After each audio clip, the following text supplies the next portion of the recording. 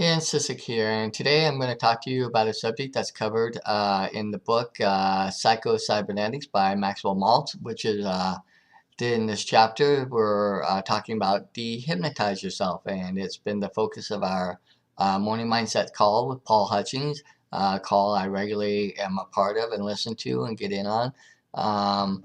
It's a subject that a lot of people may not think that should be talked about in something like this, but I think it is, and I'm going back and looking at some of the things in my own life to help reflect on this, to help bring about this video post.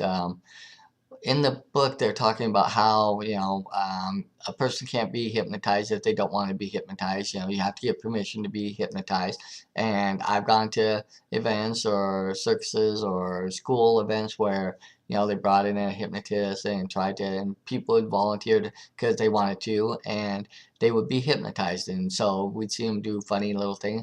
Well, I've never been hypnotized yet that I know of, except for one way, and we covered it in the morning mindset call, and it was by process of things going on in everyday life and things happening and things that we may not normally in normal circumstances really might uh, let happen or be a part of our lives, but because of every day and this and that and things, it slowly is allowed to come in.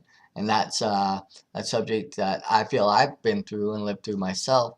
But in the book, they give a great example about a salesman who, by the name of Lucky, was a salesman, and he always seemed to. This is back at the time when this book was written, back in 1937, I think.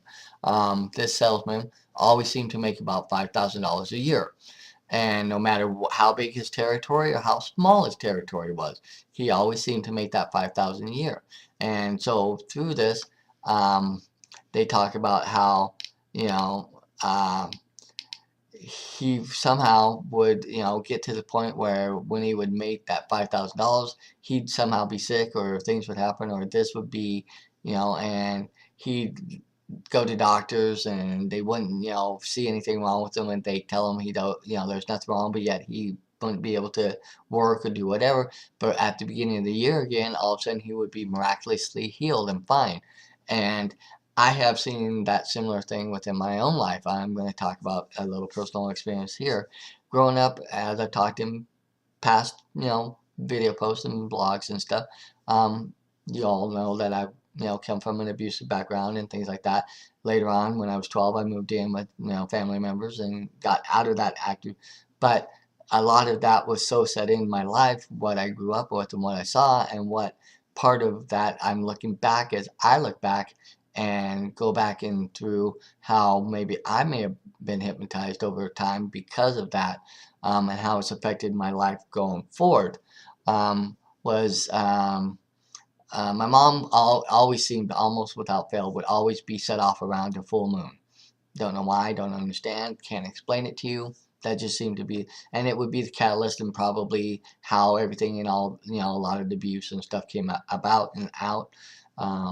I don't know the whole specifics behind the reasons why. It just seemed to be that way. But in it, my life would be going along great and fine, and then all of a sudden, every 30 days or so, all of a sudden my life would just blow up and things would happen. And I have to call my grandmother, or